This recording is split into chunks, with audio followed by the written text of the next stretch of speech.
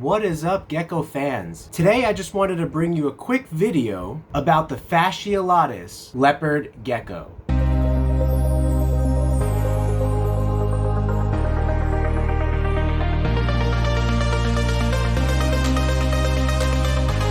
Selling in the billions each year, Rainbow Mealworms is your one-stop shop for all your insect needs. Their quality feeders and A+ customer service keep me coming back to support the health and growth of all of our animals. Visit them today at rainbowmealworms.net to place your order. Alright, so what is the Fasciolatus Leopard Gecko? Well, if you were to do a Google search on leopard gecko, near the top you're probably going to find Eublepharis Macularius. This is the most common species of leopard gecko that we know, and as of right now, it has a few sub-classifications of gecko. The Fasciolatus is one of those. First of all, let's just take a second to appreciate the Fasciolatus leopard gecko. I mean, look at this animal. From the tip of its nose all the way to the tip of its tail, it is a remarkable species. It's pretty much the same as a leopard gecko care-wise. 90 to 95 degree hotspot, humid hide, fresh water on a weekly basis. But what is different is the pattern. This is a completely wild leopard gecko. Keep that in mind. A standard leopard gecko, the yellows would be much darker and the purples would be more of a black coloration. Normal leopard geckos have more spotting and overall more dark pigment and pattern.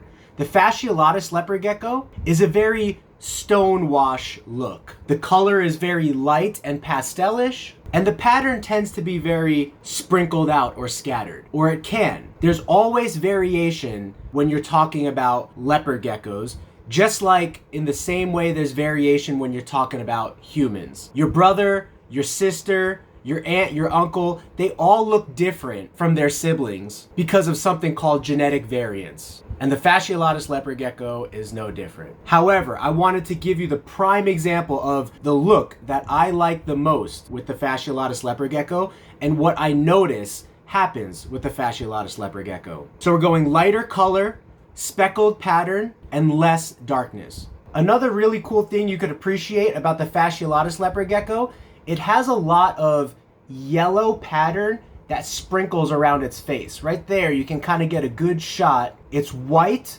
with a lot of like patches of yellow around its face. It's pretty cool. But one more time, look how faded out this gecko is. Look at that color and contrast. Let's go grab another one and talk about it a little bit more. Okay, now here's a female that looks a little bit different than the very last gecko we were just showing. Overall, she has a little bit of a darker skin tone to her. She has way more spotting than the last gecko, but the spotting is not super black like on the Afghanicus or the normal leopard gecko. She's still a very pretty animal, super well behaved for us right now. And you can see the pattern almost appears to start very high up on their sides. Like when you're looking at them, it's almost as if the pattern is starting on the top of their body, giving them this kind of pied effect where there's no pattern whatsoever or color for the majority of the side of the gecko. It's really cool stuff. They tend to be larger geckos, which is really cool because the regular Macularis species that we breed, a lot of females will be maxing out at around 7 to 8 inches. This female, I can tell you right now, is probably about 9 inches, and she's not even the biggest female we have. The males tend to be around 10 inches so far from what I've produced, but they all seem to carry big size. So unlike with the regular Macularis gecko, you might get a big gecko every now and then, but you're mainly going to get medium size and small geckos. With these guys, you almost always get big geckos, which is why I think this is going to be a great project to inject into the super giant lineage and create some super giant Fasciolatus Macularis crosses. Again, very light coloration on the head, which actually makes the blue on top of the eyes stand out a lot more. And I'm going to show you a great example of that next. All right, now here's an example of a pure Fasciolatus to Fasciolatus crossing baby. Again, with the high pattern, look how high the pattern starts. There's even one dot of pigment right there, but the rest of it is bare. How cool is that? Look at the pattern right there. You can see that it doesn't start until way up high on the sides. This is the ideal classic Fasciolatus look that I'm going for. Imagine if you implement this with white and yellow. or snow or tangerine. I think the possibilities are endless for the genetics that we can implement into this, and it's going to be really, really cool. And again, this is a normal wild type gecko. We usually don't see the most blue eyes except on snow geckos in the Macularis bloodline, but look at the blue eyes on this one. You could go over to our Instagram and I show a great picture of a very, very blue-eyed Fasciolatus and also a very, very pink Fasciolatus. So check that out, geeky.gecko.creations on Instagram to follow us for the most up-to-date pictures and daily information. Now I'm going to show you what we did this year in combining the Fasciolatus Leopard Gecko with the snow gene. First, let's just see if we could appreciate this color up close real quick, because it is truly amazing. Look at that iridescence, just the shininess of this animal. The transparency of it is otherworldly.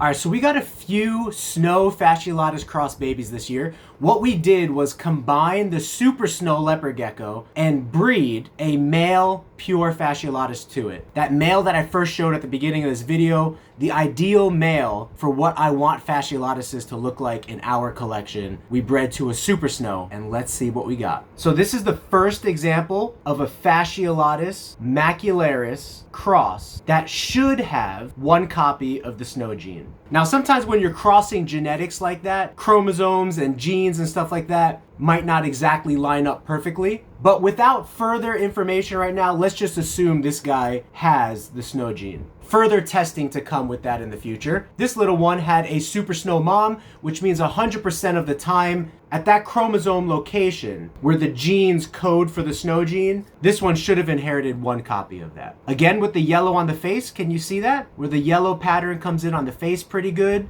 It really, really shows on these transparent light colored geckos. The pattern starts a little bit further down, like the traditional Macularis, but it has a very washed out, again, stone wash look to it. I don't know where this term stone wash came from. Maybe it used to be like some kind of ancient civilization, like, I don't know, stone washing clothes. But a stone wash look is basically like a faded out kind of look. But in addition to the faded out kind of look, it's very bright, almost like a highlighter. Like, look at that yellow right there. That is like highlighter yellow and super, super nice lavender. So if you're looking for pink, lavender, or blue coloration, the Fasciolatus Leopard Gecko is a great gecko to implement into your projects. And again, the size of them is really big, which is great because you're going to be producing larger geckos on average. And also their genetics are cleaner than the Macularis bloodline, because the Macularis bloodline has been inbred for so long in the world, but specifically the United States, since that's where we get our geckos from, that sometimes you see smaller geckos, you see signs of inbreeding in the geckos, shorter faces, shorter bodies, shorter snouts. All of that are signs of inbreeding after generation. That's why this gecko that has an unrelated set of DNA to the regular Macularis gecko will be amazing to implement into your projects. And they're not that expensive right now. So start your own colonies so that you can work this into your future projects. Let's take one more look at another snow Fasciolatus we produced this year. Okay, so here we have another sibling to the one that I just showed previously. This is not the ideal look that I'm going for with the Fasciolatus. The spots are much darker. They're much more normal looking, like a regular Macularis. The color is still really nice and faded, and the genetics are still great. It produces big geckos, it has clean genetics, but I already discussed with you how the look that I'm going for with Fasciolatus is that really washed out, stone-ish look. And maybe that's what stonewash means, is it kind of has the appearance of a stone, right? Most stones, with the exception of like onyx or like crystals and whatnot, are not super shiny, I guess is the term. Even though these guys are really bright, their saturation is not deep. It's like a lightish saturation. But they are super bright though. You cannot deny that. I mean, this looks like someone took a highlighter and went over the back of this animal. It's just crazy. But I definitely wanted to show you what genetic variants can do when breeding leopard geckos. So we have some leopard geckos that look exactly like the dad, that very stonewashed look, not a lot of pattern. And we have other leopard geckos that look basically like a normal leopard gecko. Now this is much prettier than a normal Macularis leopard gecko because of the lavenders and because of the highlighter yellow coloration. But still, when I say the word normal, I mean like the spotting and the pattern on this gecko is much more similar to that of the Macularis Macularis than that of some of the model Fasciolatuses that I showed you earlier. Guys, I'm so looking for this pink Fasciolatus that we have that's on our Instagram because I really want to show it for this video, but there's a lot of animals back here and it's really difficult to find. Don't worry guys, we're looking. Let's check up here because we got a couple geckos up here. Nope. All right, Fasciolatus. I'm gonna have to mark this gecko as pink for future reference so that I can show it. Most of the geckos that are really cool, I actually mark with a label that says show, but I hope that I did that with this one. I might not have, you know? That's always possible. Oh, could this be it? Could it be? Could it be Miss Pinky? No, it's not Miss Pinky. Where is Miss Pinky? We have the pinkest leopard gecko that I've ever seen in our collection here, and it came from a Fasciolatus to Fasciolatus crossing. I'm gonna need to find a better way to organize this for the future, but for now, I'm just gonna have to look for it. Well guys, I'm sorry, but I'm just gonna have to mark that gecko the next time I come across it because I looked through the room 2 or 3 times and I just couldn't find it. I might not have labeled the tub, or maybe we looked at her and maybe her pinkish coloration faded. Either way, check out our Instagram. You will see a very pink Fasciolatus leopard gecko. And that's a pure Fasciolatus, by the way. But let's mention a couple other things about this before we end this review. Leopard geckos have claws because they climb over rocky terrain, trees, stumps, those kinds of things. They're not like climbing in the trees, but I mean they climb over stuff, right? So they need claws. I like leopard gecko claws a lot better than crested gecko claws. I have like sensitive skin, and so crested gecko claws like gets into my skin and then causes like irritation, bumps and rashes and stuff. But that doesn't happen with me in leopard gecko, so I get along really well with these guys. I just love leopard geckos. This is my true heart's passion right here. 2 things I want to mention about them before we go. Number 1, they seem to have more grippy claws than your traditional leopard gecko or any of the other leopard gecko species. Turkmenicus has the second best grip, but I would say Fasciolatus has the best grip that I have encountered. Look, this gecko is hanging upside down right now. I feel like it's not even slipping that bad. It has really good grip. Really good grip. Like look at it, it's barely has anything to grip onto, but it's making away. They're like tree huggers, right? I apologize if that's like an offensive term, but they won't let go of whatever they grab onto. Another thing I noticed in the past was raising these guys up. The wild types were much more to poop on you, but as you see, I filmed this whole video and I didn't get pooped on once. They've been much better. With just a little bit of handling, they calm down and they're exactly like a normal leopard gecko. But in the beginning stages, the Turkmenicus and the Fasciolatus leopard geckos, like you saw in my last video, they would poop on you.